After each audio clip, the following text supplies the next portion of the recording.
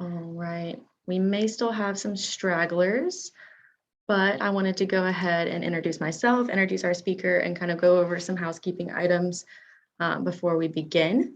For those of you who don't know, my name is Quincy Christian. I'm the program coordinator for Parkinson Association of the Carolinas. And today we have Jennifer on. She is a wellness coach and a PAC volunteer. And she's going to talk to us today about self-care for caregivers. So for those of you who are not comfortable with Zoom or haven't used Zoom before, there are a few features down at the very bottom. Everybody was muted upon entry, and that doesn't mean that, hold on, I exited out of it. There we go. Everybody was muted on entry. That doesn't mean you can't talk. Feel free to unmute yourself or turn on your camera. We would love to see your lovely faces, and we would love for your engagement.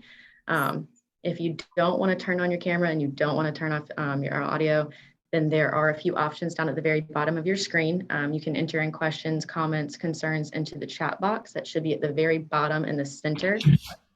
And then there is also a reactions button on the very far right at the bottom of your screen.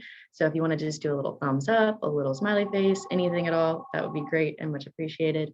Otherwise, Jennifer, go ahead and take it away. Absolutely. I am going to share my screen.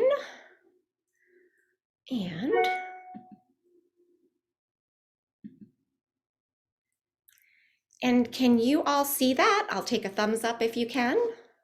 Hey, great. Okay, wonderful.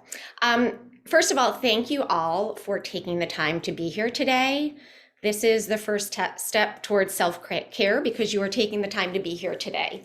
When Quincy and I messaged back and forth about potential topics for this day, I was excited that we chose this one because I think it's something that gets lost in the shuffle. And I think it's very important for ourselves, for helping take care of our loved ones with Parkinson's. This is going to be pretty informal. I'm not a very scripted person. And if there's any questions, feel free to ask them, or if you want to put them in the chat, you can. But again, it's going to be, it's just to help you all take care of yourselves so you can take care of your loved ones. What on earth just came onto my screen?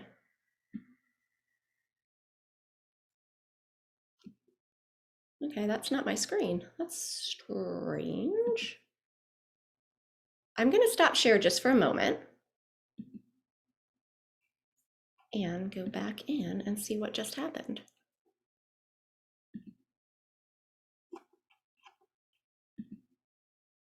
Okay. Y'all good now? You see that? Okay. I'm not sure what quite happened there. So I'm just going to start. This is actually a quote that I came across from Rosalind Carter. And I think it's a great summary because it brings things full circle. I think this is a role that a lot of us share in different ways. And the quote is, there are only 4 kinds of people in the world: those who have been caregivers, those who are currently caregivers, those who will be caregivers, and those who will need a caregiver. So I just thought it was a really kind of a special and very appropriate quote to start us off.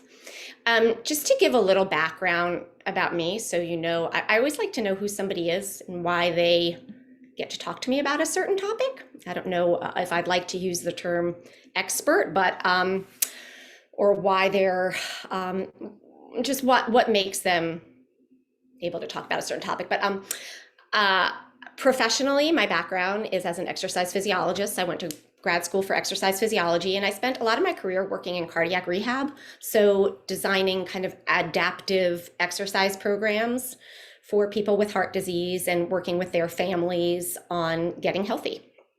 I later then went back to school for holistic nutrition and some functional wellness coaching. And in trying to figure out what I wanted to do with all of that, a lot of the people I went to school with did weight loss and things like that. And I knew I did not want to do any of that. But Parkinson's being something close to my heart, I got to combine those two things and consider myself very fortunate, because to the right on the screen is, I think, what makes me more qualified to chat with you today. And I have been and am a caregiver to loved ones with Parkinson's.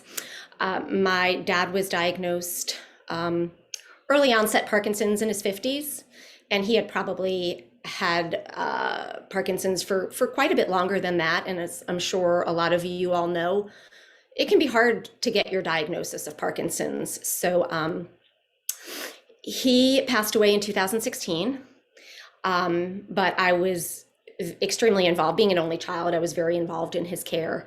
And this past year, my stepmom was diagnosed with Parkinson's as well. So I'm still back in that role again. And it's not a role that I would change. Do I wish that my family members had Parkinson's? No, but I would not change the role that I get to be, play a role as a caregiver in their lives. So that's kind of why this is a talk and a subject that's close to my heart. So just by way of, I would just love to know if you all wouldn't mind sharing with me kind of who's here today: spouses, children, relatives, friends. Are we mostly, and you can put it in the chat if you wanted to. It's not going to change what I talk about today, but I think sometimes just you caretake differently to a parent than you do a parent or your spouse. Okay, child, wonderful, daughter-in-law. So a couple of children. So I know where you all are coming from. Caregiver for Bluebird. Okay, spouse of 43, now 66. Okay. So we have a little bit of everything. We have spouses, we have kids, we have caregivers. Okay. Spouse. Okay. Well, I'm giving you all a huge pat on the back for being here today. So, what we're going to do just to get started, we're just going to do, I'm reluctant to use the word meditation because I feel like sometimes that just makes people think things are like woo-woo and I don't want to meditate. And I think there's a generational thing with meditation too. But I'm going to call this centering us, if you all can indulge me. So just a way to kind of focus us for the next little bit and just kind of turn off the outside world. So if you can all just get comfortable sitting in an upright position, and you can do this with your eyes open, with your eyes closed, whatever is going to be comfortable for you, okay? So if we can sit up, we can lay our hands on our legs and our lap on the chair next to us. Again, this is about getting you comfortable and just focused and relaxed. You can close or lower your eyes, whichever is more comfortable for you. And alert and relaxed, I want you to allow your body to become still, fully present to yourself. Be aware of your thoughts of anticipation, thoughts about feelings, thoughts about the past. Noticing your emotions, perhaps asking yourself, how am I feeling right now? Am I peaceful? Am I worried? Am I frustrated? And paying attention to your body, sort of dropping into your body for a few moments and noticing how your body feels at this moment.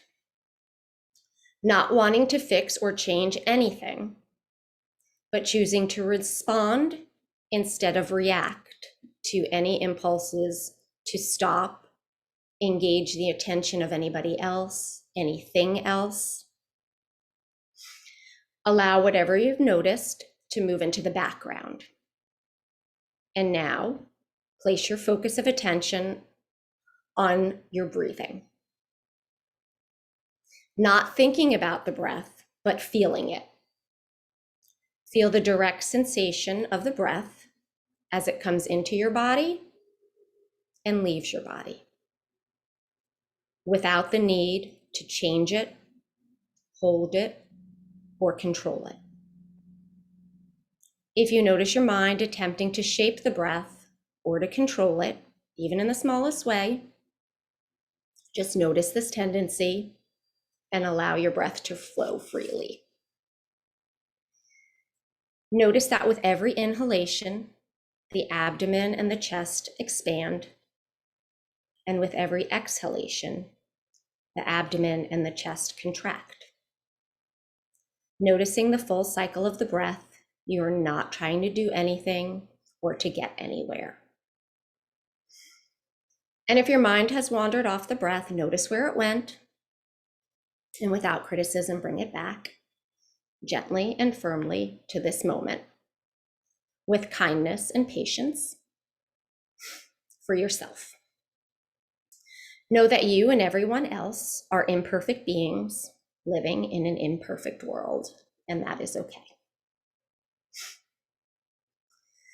So I just want you to pay attention now to how your body feels versus when we started. And I hope that you're a little bit more centered and a little less distracted and a little bit more focused on yourself.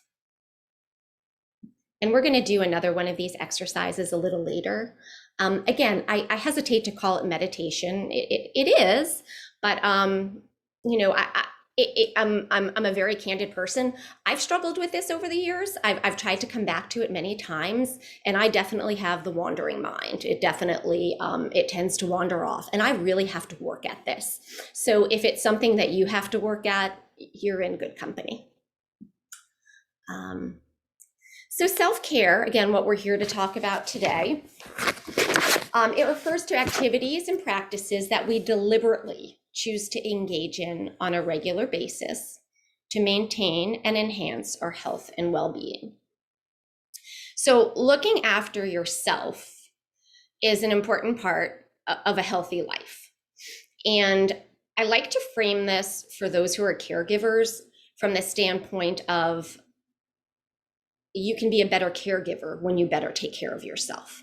So I think maybe we would put ourselves second and continue to put ourselves second, but if you frame it from the viewpoint that you can be a better caregiver to your loved one with Parkinson's if you take care of yourself, maybe you will better focus on trying these things out.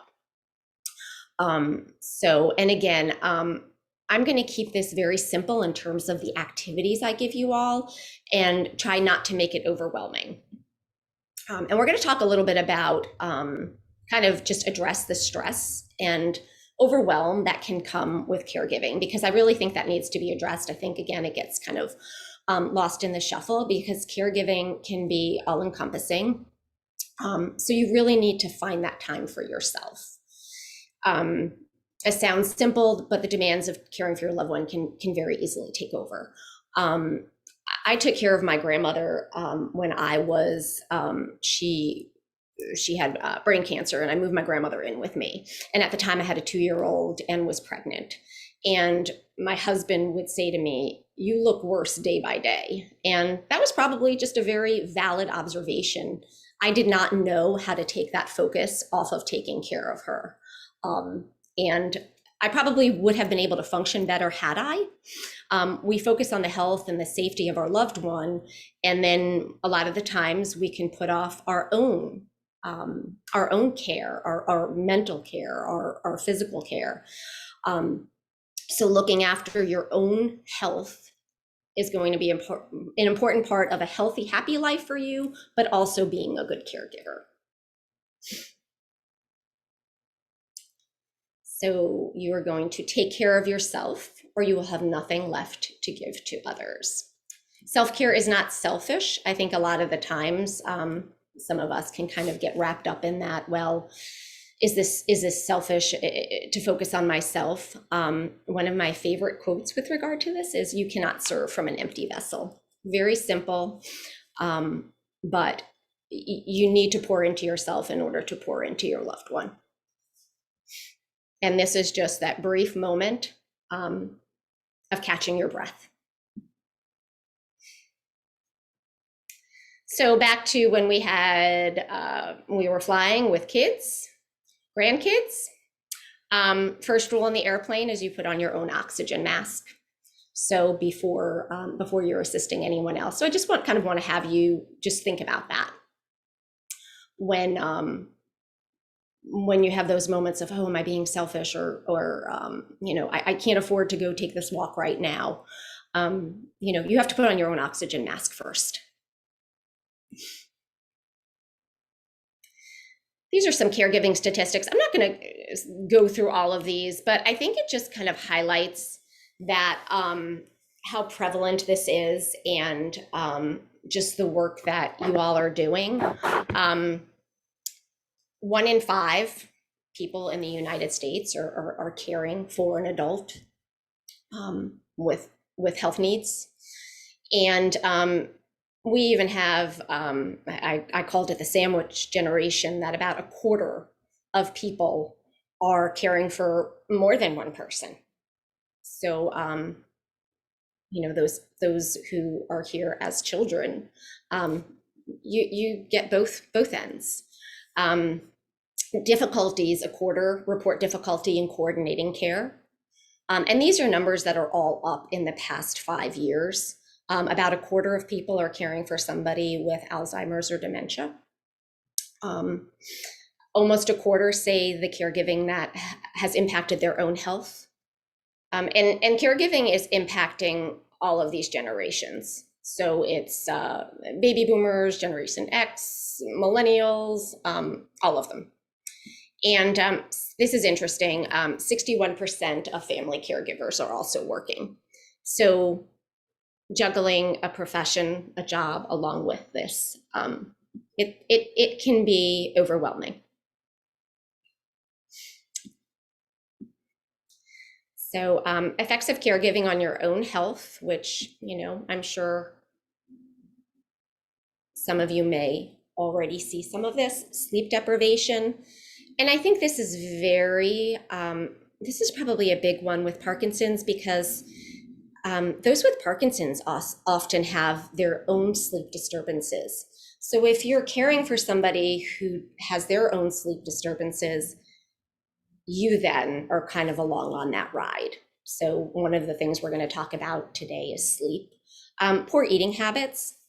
A lot of the times it's just you don't have time, and you're just grabbing something quick and maybe not so healthy. Failure to exercise, just not being able to make the time, or feeling like you can't make the time. Failure to tend to your own medical needs. And I kind of see this along the lines of what they're talking about with COVID this past year and a half. Like, a lot of people, the secondary cost is that a lot of people haven't kept up with their own medical needs because of COVID. And I feel like that's for caregivers as well. A lot of the times your own medical needs, your health needs get passed over in taking care of your loved one and their needs. And increases in depression. So caregiving can be an emotional roller coaster, and I'm sure we can all agree with that. There are high highs, there are low lows, and we're riding it.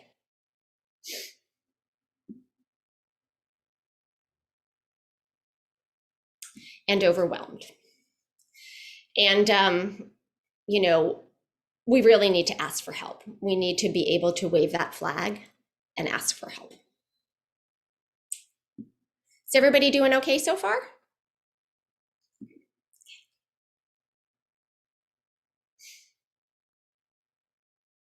So managing that stress, try to be mindful of recognizing your warning signs early on. Sleep issues, forgetfulness, irritability, and the irritability may simply come from your lack of sleep. And know your own warning signs so you can try to make those changes, and as opposed to waiting till you're really, really overwhelmed. And identify what's causing you that stress. It may be you've got to run your loved one to doctor's appointments today.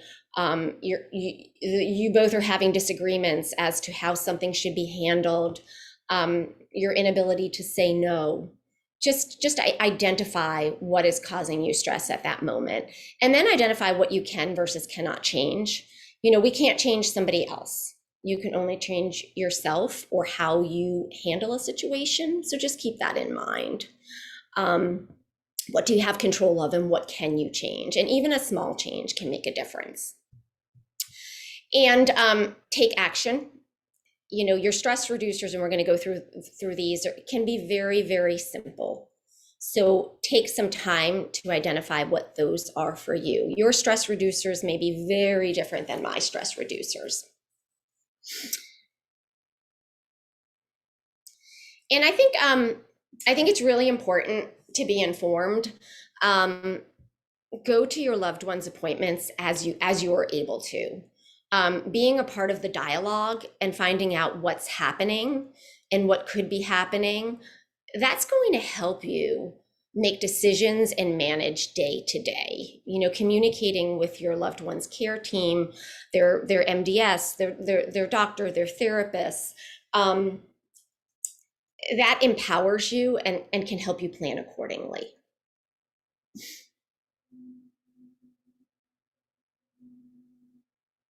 Okay, tips for caregivers, self-care. So like I said, a lot of like caregiver advice is go on vacation or go take a day and go to the spa and things like that. And I feel like something like that becomes even more of a stress. How am I going to fit in a day at the spa? And I just don't think it's realistic. So my tips for you are going to be very, very day-to-day basic things. And in summary, they really can help.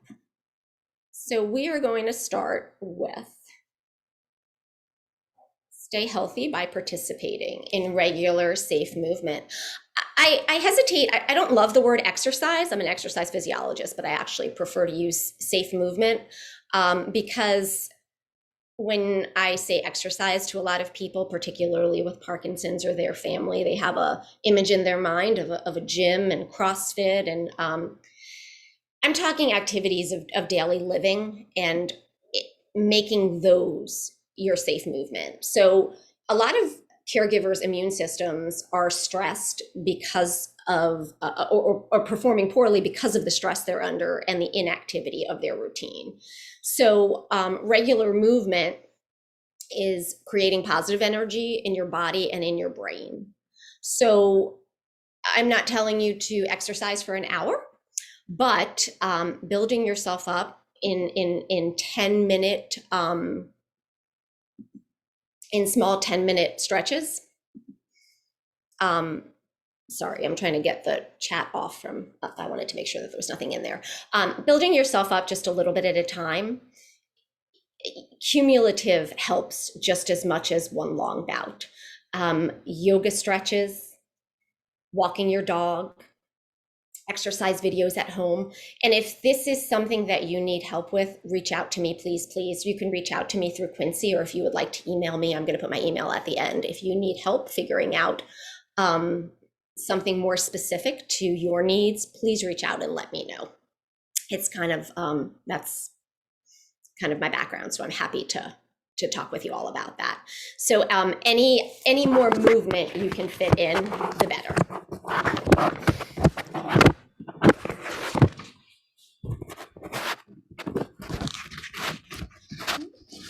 Ask for help. You're a superhero, but not a supernatural superhero. Everybody needs help sometimes. Even for small tasks. Consider the people around you, your loved ones, your friends, your neighbors. What are their talents? What are their abilities? And make a list of things that would be helpful if somebody took off your plate. Errands, going to the store for you because you need food to cook that healthy dinner. Yard work, visiting with your loved ones so you can go out. And then you can let that person choose what fits them. And I'm actually going to give you an example of something that just kind of, this was literally just happened. My daughter's a dancer, and one of her dance friends was over maybe about 3 weeks ago. And when her mom dropped her off, we were just talking, and they had to move my daughter's friend's grandmother, so the mom's mom, they had to move her in with them. She has dementia. And she said, I really, I need respite care at times. If we want to get out, I can't leave my mom by herself. Do you have any recommendations? And I said I was going to get back to her with some recommendations. And I also mentioned, I said, hey, if you're ever in a pinch, reach out to me. This past week, she called me and said, hey, Jennifer, next Thursday, is there any way you can stay with mom? And Gary has to go take care of his own mom out of town, and I have to work for the day. Can you sit with my mom? Sure, I'll be there Thursday. And that just came out of an organic conversation, oh, yeah, if you ever need help, I'm happy to help you. She needed help, she reached out. So people are willing to help, but you really do have to ask. And I think that's the hardest part. And I know it is because I've been in your shoes. So just know your audience, know who you can ask for what, but raise the flag and ask for help.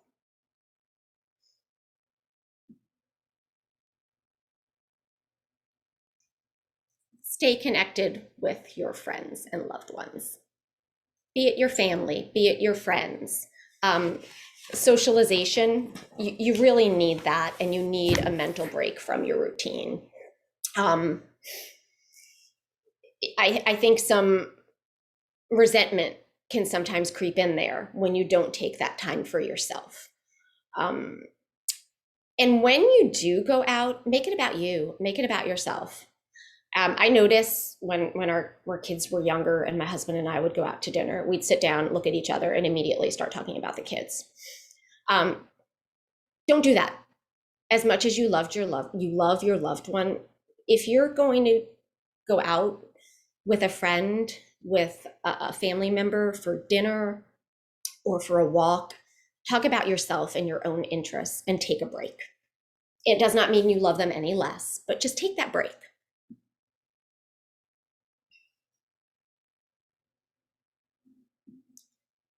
Okay, accept your feelings. So I belong to a couple of forums for people caring for someone with Parkinson's, and there's there's definitely a lot of guilt about the feelings when those negative feelings creep in, those feelings of overwhelm, and honor those feelings and don't feel guilty about them. The frustration and the overwhelm doesn't make you a bad person. It's just the reality of the situation. We all get overwhelmed. So acknowledge you're experiencing increased stress and in some ways grieving a loss. And this next, I'm not going to go through all of this, but again, it's acknowledging that in ways you are grieving for parts of your life that are lost because of the change that Parkinson's brings upon you. I'm going to give an example. We bring our kids to Disney each year, and Disney tends to be a very generational place for vacations. You see the kids and the parents and the grandparents. And time after time, when we'd go there, when my dad was alive, I'd say, I just want to bring my dad here. This really stinks that I can't bring my dad, because in his condition, it just wasn't realistic. And now even I look at the grandparents and say, it really, I wish I had gotten to do that with my dad. But I, as much as I wanted to, I couldn't. It just wasn't feasible to do with him. So there is a little bit of grief there. So that's okay to acknowledge that, but don't sit in it.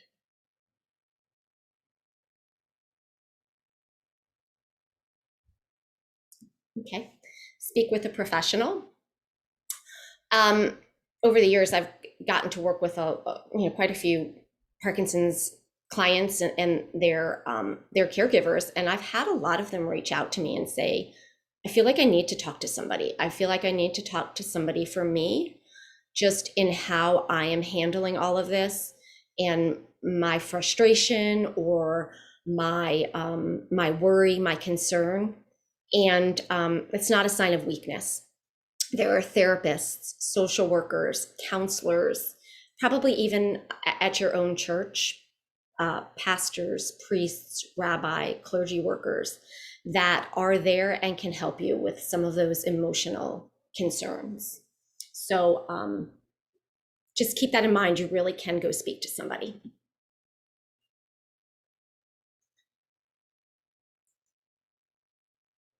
Do not neglect your need for quiet time. Just flipping through something just for a second. I'm sorry. Quiet time is really, really important. Our sermon at church this Sunday was about making the time for prayer. And the pastor started off our church service with asking about whether we try to make it a habit of being professionally busy. And I was, I do probably two hands. I don't get a medal for being professionally busy, nor do you. Set aside time for yourself to meditate, read, an activity that you enjoy, no matter how simple it is. Taking care of yourself is not a luxury. You need that escape. And when you're taking care of somebody, particularly full time, you don't get that break. And to preserve your own mental health, you really do need to allow yourself those quiet breaks.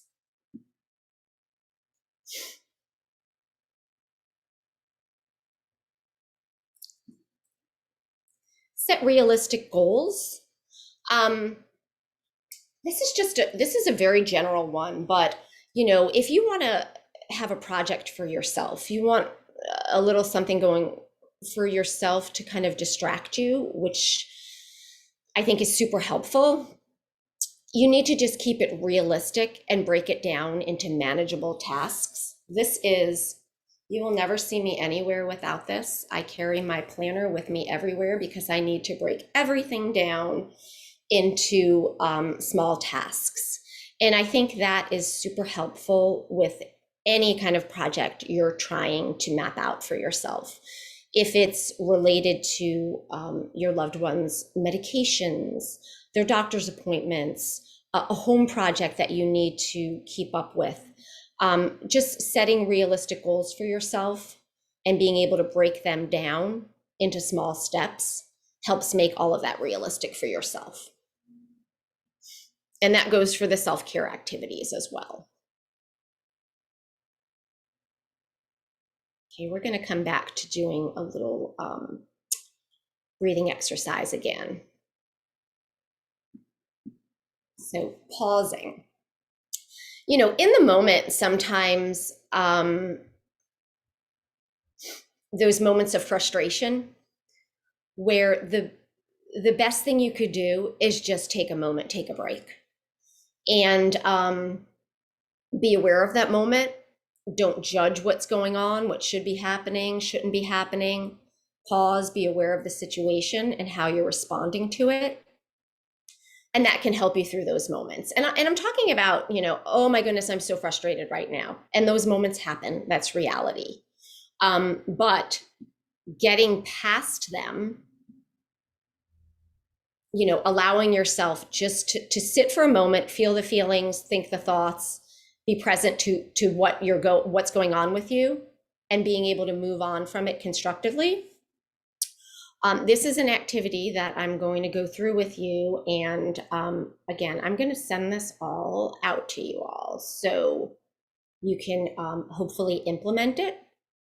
Caregivers who practice this, pause and take those moments to be aware, say it improves their relationships with the person they support. If you're in a moment of disagreement or disruption, you being calmer is going to help your loved one bounce off of you and be calmer as well, as opposed to escalating a disagreement. So I'm going to walk you through another breathing activity if we can. So similarly, I'm going to ask you to get comfortable.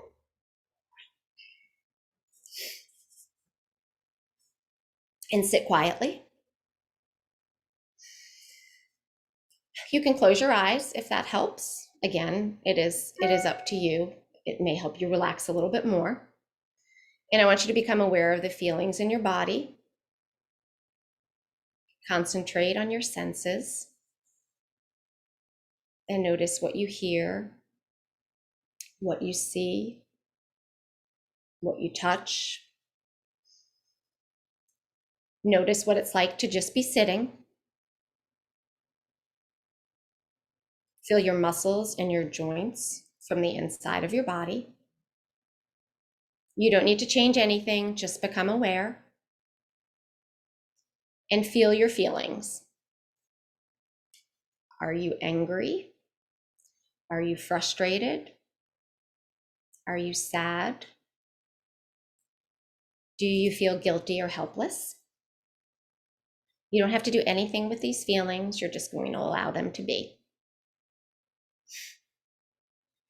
And now we're going to focus on your breath.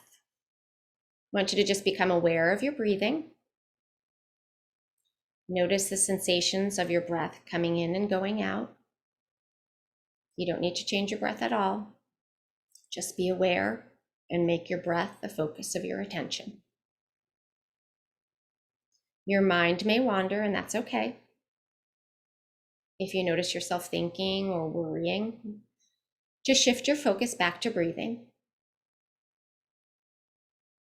Some people like to say something to themselves as they breathe in or breathe out, like calm or peace.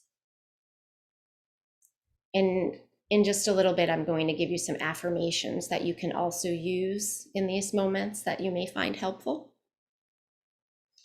So by learning to control your breath, you can influence your feelings and affect your body. So adjusting your breathing when you take these moments of pause can help you to feel calm. And once you feel calm, you can refocus, which is important in those stressful situations. To relax, you can change your breathing so that your upper belly and lower ribs come outward as you breathe in. So if we take a deep breath in, we should feel our belly and our ribs coming outward. And as you exhale, you should feel them go back in. And this happens when you're using the larger breathing muscles in the middle of your body to move air in and out. And a lot of the times you'll hear people refer to it as belly breathing. And this is different from breathing into your upper chest, into your lungs, which can sometimes make you feel a little bit more anxious than relaxed. So now we're going to proceed on. And we're going to notice how your body has changed just in these past few moments. Have any of your sensations changed? And don't worry about thinking about whether or not you did this correctly. Just thank yourself for taking a moment to pause. So as you can try to bring this into your daily lives, maybe it can just allow you to take that moment to bring some awareness and appreciation for yourself. And again, work through some better interactions with your loved one once you're calmer. These are some meditation apps. Some of them will walk you through some guided meditations. Some of them you can just listen to music. Again, I will share this with you all, so don't worry about taking the time to write this all down. A lot of times people will like to use them in the evening as they go to bed to kind of wind down and relax. Again, that's a personal thing. You may want to use it during the middle of the day because you're really feeling a little stressed and overwhelmed, and you need to decompress in the middle of the afternoon, and that's fine too. Sleep. Sleep, sleep, sleep.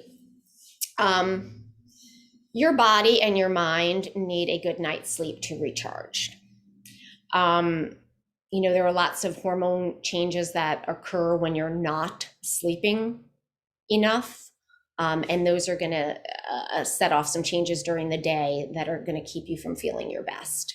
And especially if we're caretaking, we really need as much energy and awareness and mental acuity as we can possibly get. And again, this gets back to, with Parkinson's, a lot of our loved ones themselves have a lot of difficulty with sleeping. I remember I talked to my dad each and every day, and I would talk to him, and we'd be about 2 or 3 minutes into the conversation, and I'd say, "You didn't have a good night's sleep last night, did you?" He's like, "No, right?" I can tell just within a few minutes of talking to him that he did not sleep. And that's because just his speech patterns would change. And you just can't concentrate properly without a good night's sleep. So today was my kids' first day back at school. So they were just letting me know they came home alive. Sorry. You just need your brain needs that rest in order to recharge. So some basic sleep tips. No electronics right before bed. It's hard. I'm a fall asleep with the TV on person, but if you can get rid of your phone, your iPad, your TV at night, a sleep mask like our kitty is wearing here to give you a dark room. I just saw a tip in one of my health coaching groups yesterday. We were talking about sleep, and somebody said they like to reread an old book. And I'm like, oh, that's a really good idea, because I try to read and then I start nodding off and then I forget where I was. So then I go back and then it becomes this cycle of, but if I'm rereading an old book, I know what's going on. I don't really have to focus and I can drift off more easily. So I personally am going to try that tip. Eliminate caffeine later in the day. I was just having a conversation with somebody the other day that I used to be able to drink coffee at like 9 o'clock at night and fall asleep at 9:15. I cannot do that anymore. Try to limit caffeine after like 2 o'clock or so. That's kind of the window at which it tends to kind of affect you later in the day. So limit that caffeine after 2 o'clock. Napping, if you need to, is okay, but try to keep those naps to less than 30 minutes, because when you get to more than 30 minutes, sometimes that can then start interfering with your sleep that night. This is one that we could do, like we could probably spend an entire hour on sleep. Nourish your body. This is another one that I could probably spend an hour, and I'm going to get to do that again in a few months, right, Quincy? We're going to get to talk about healthy eating in a few months. Nourish your body and mind. Take the time, and again, time I know is always at a premium, to plan healthy meals for you and your loved one. You need to put some time and work into it. Fruits, vegetables, lean protein. And when I say lean protein, that's chicken, that's salmon, grass-fed beef is just fine. Whole grains, unprocessed food, whole foods, not the grocery store. Whole foods is in unprocessed foods. And a simple way of knowing if something is super processed is an ingredients list that's like this long, with things that you don't necessarily have in your kitchen cupboards. If there's something on a label that you don't have in your kitchen cupboard or in your refrigerator, then that's probably a processed food.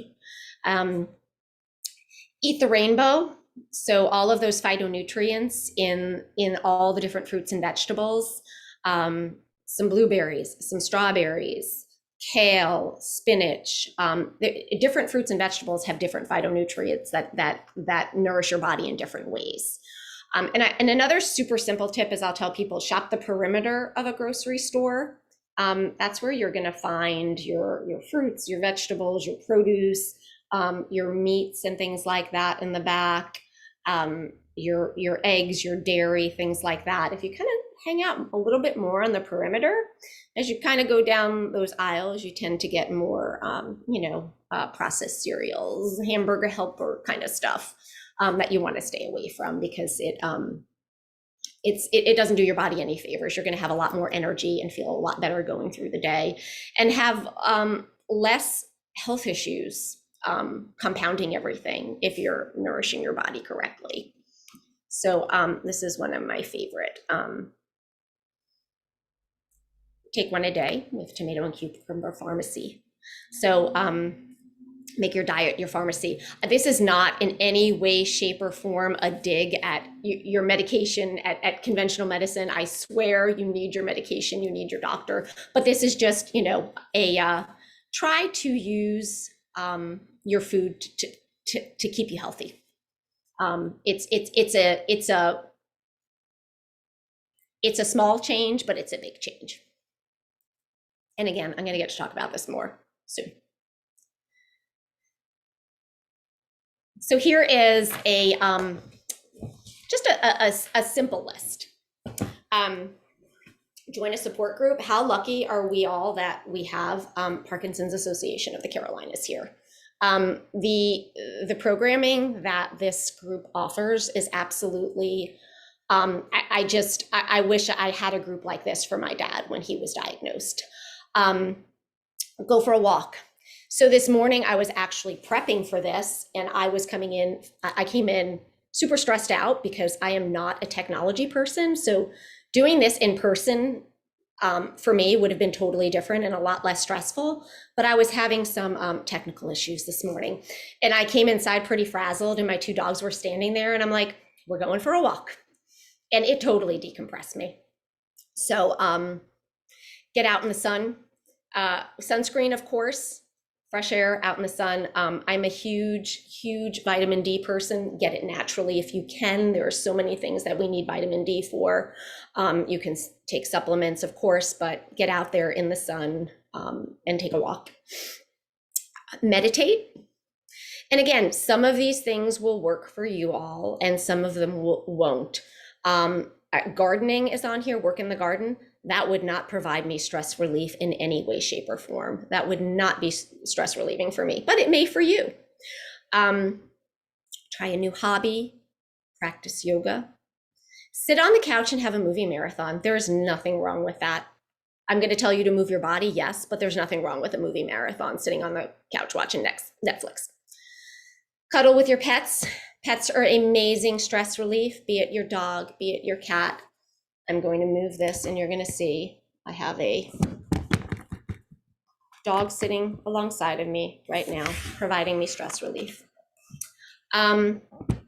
Again, you all will get this slide. So these are just some super simple, again, I tried to keep this very simple because I think that's the way that you will incorporate these things into your day-to-day life. So a lot of the times these things are going to take planning. This kind of goes a little bit back to that, how can I ask somebody to help me? Well, if I need somebody to come stay with my loved one so I can do X, plan ahead for it. What do I want to do? When can I do this? And who can help this happen? So it's harder when you're in a caregiving role to do these things spur of the moment. If we're just talking about self-care for ourselves, just as a human being, well, these are easy to plug in there. But if you're caregiving, you have to take a little bit more time and a little bit more planning going into that. Okay, being flexible. I'm not going to go through all of this. Notice what's going well and focus on that, even if it's small. What we focus on tends to expand. So if you find, you may not be able to do all of these things, but if you find one or two that works and gives you a little bit of spring in your step and a little bit of relief from that overwhelm, focus on that. I gave you a whole big list. You do not have to do all of these things. Stay connected with the people who provide you support and reassurance.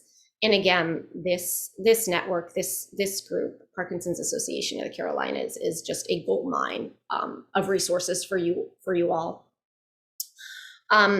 Make every day meaningful by doing things that give you a sense of accomplishment. and remain hopeful. I mean, you all are playing an amazing role, and I applaud each and every one of you. So.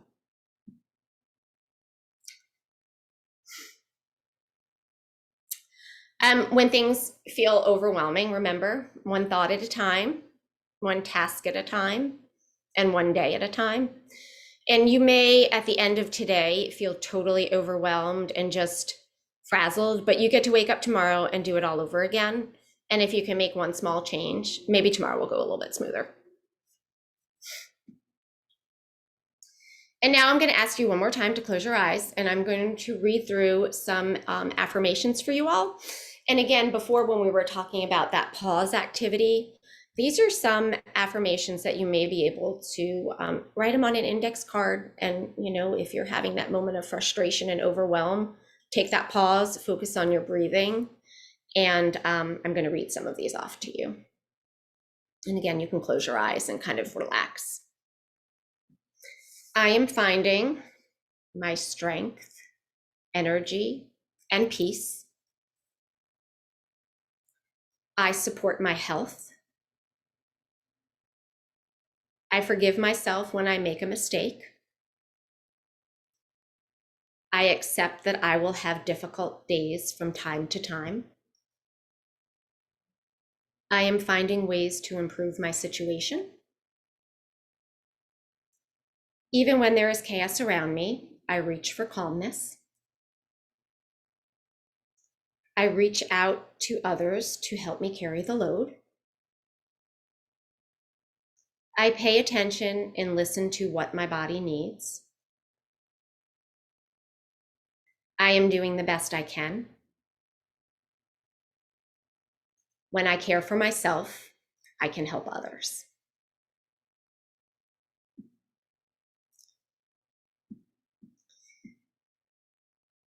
And I'm going to end. I have a few quotes with regard to caretaking that just kind of struck me and I thought were meaningful.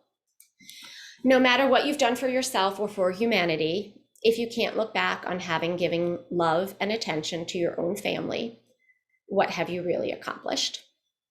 And that, when I say family, that's in any way, shape, or form of your loved one that you're caring for. This simple act of caring is heroic. And Michael J. Fox, family is not an important thing, it's everything. And again, caregivers on here who may not even be related, that's you are family. If you are caring for a loved one or someone with Parkinson's, that is family. And I'm going to close it with a little bit of funny. Disney, Pixar, those with grandkids or their own children, I think you can always bring things back to a Pixar movie. So self-care tips from Pixar characters: live every moment, cook something yummy, sing a song, talk to a friend, find joy in the small things, dance, go for a run, take a drive, write in your dream journal, read a book, and meditate. So if we wanted to do any kind of interacting or questions or anything like that, if anybody wanted to say anything, I'm going to stop sharing. And okay. Did anybody have any questions or anything they wanted to say?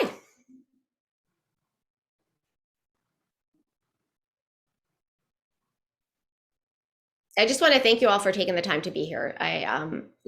Taking the time out of your day to acknowledge, and this is your first self-care activity.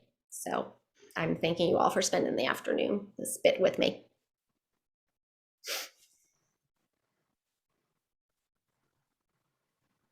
If you have any questions, the unmute button is at the very bottom left hand of the screen. You can enter them in the chat box as well. You can even turn on your camera and share with us. So feel free. I just want to say thank you. Oh, you are so very welcome. Thank you for being here.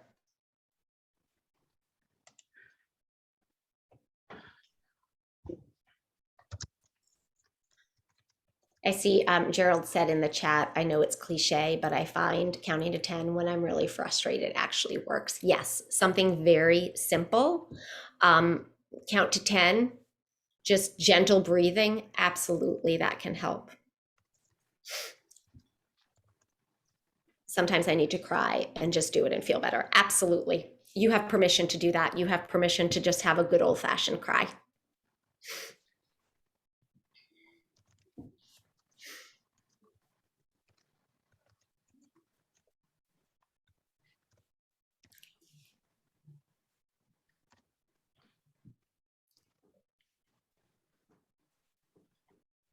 I've been at this for 21 years, and it has taken me about 19 years to develop a robust toolbox to help me in this journey. Yeah, that's a really good point. You develop these skills, these tools as you go along. That is a great point. And you'll find in time what works for you, because we all have different ways to get through this, and different things that are going to help our bodies, help our minds. So over time, yeah, that's very true. You're going to get your own toolbox.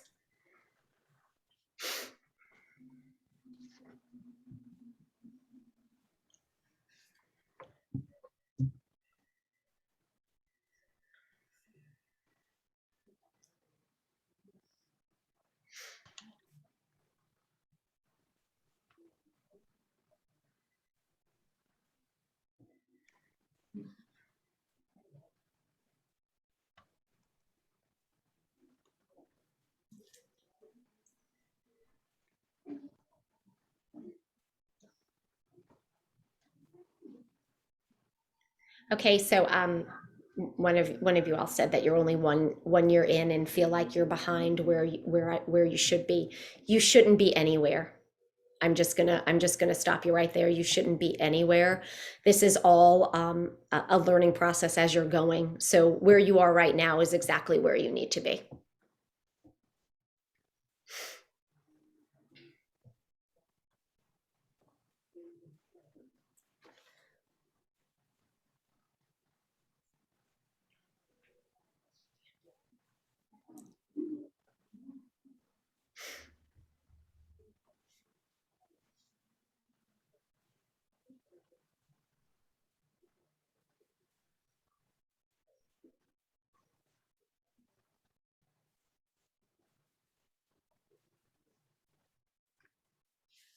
Jennifer, do you have any tips for getting your care recipient to maybe rely equally on others in the household?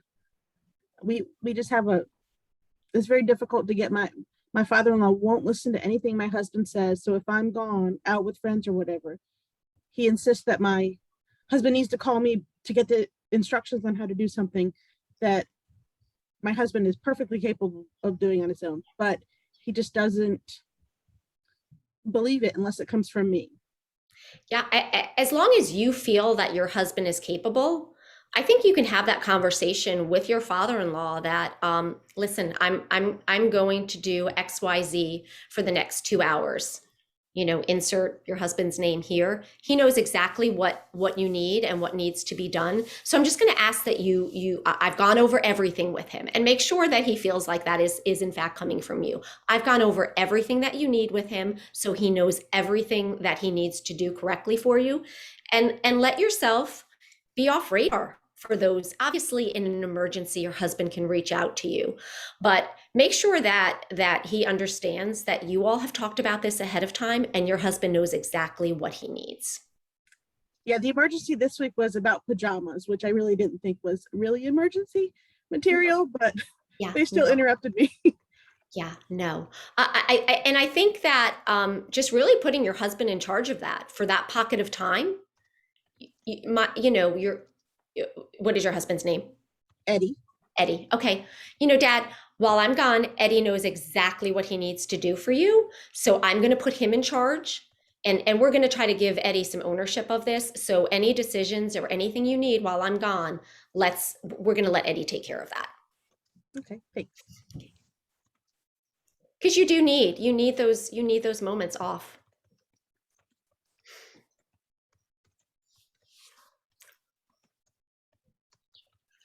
I have a sister and a brother, but me being the one in healthcare, I feel there is so much pressure. How would you word it to ask my siblings to help?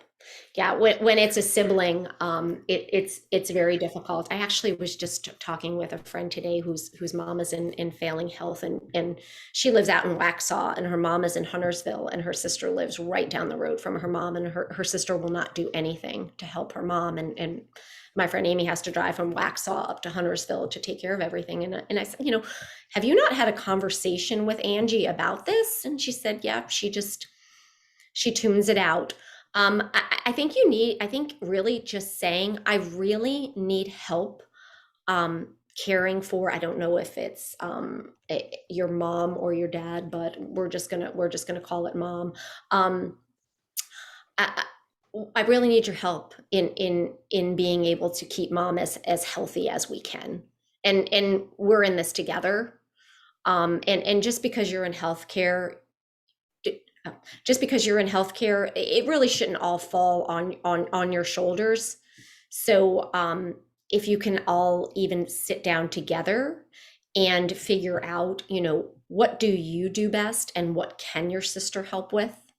Kind of like that, you know, making a list of who can do what for you. And maybe perhaps mapping out a few things that are non-healthcare related, maybe the grocery store runs, that she could do for you to take that, or come help with, I don't know if she's local, come help with meal preparation. And you'll do the doctor visits and the medication management and things like that.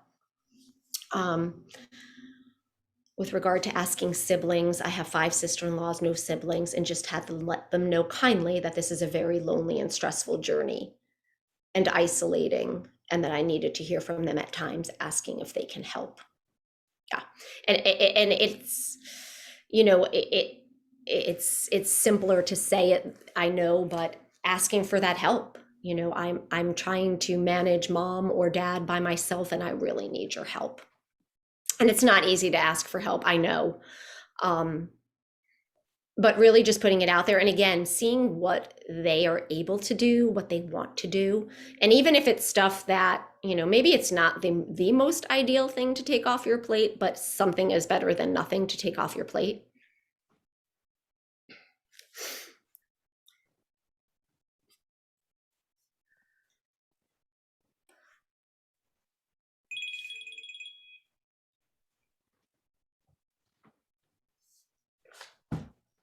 I'm going to give y'all just a few more minutes. If you have any more questions, you can unmute yourself or you can put it in the chat box at the bottom of your screen. I did want to just come on and say a couple of things. First, we will be having another session in October the 20th. It's going to be Jennifer back with us again. We're going to go over nutrition. So October 20th, that is a Wednesday, the third Wednesday of October at 3:30 p.m. So make sure you get all of our email communications about that. I'll be doing a follow-up email after this one so that you have the date for that and the link for that, so you can go ahead and register and sign up, make sure that you're ready to go. And in that follow-up email, I will have her slides from today, as well as a link to the recording, just in case you missed anything or there was a conversation topic that we went over and you wanted to go back over it. You'll have the link for the video as well. Other than that, Jennifer, thank you so much for your time today. Thank you everybody for making the time to be on here. I will leave it open. You are free to go if you would like, but if you have any more questions, I'll leave it up for Jennifer to answer.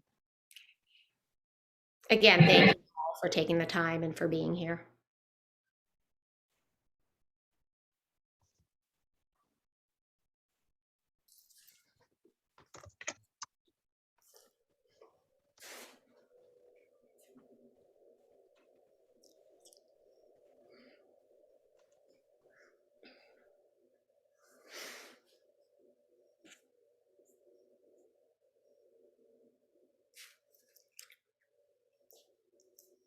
Thank you. Thanks.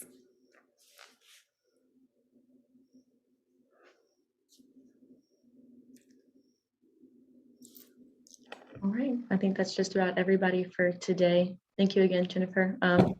I'll be in contact with you about October, and I look forward to seeing you. Sounds Bye, good. everybody. Bye.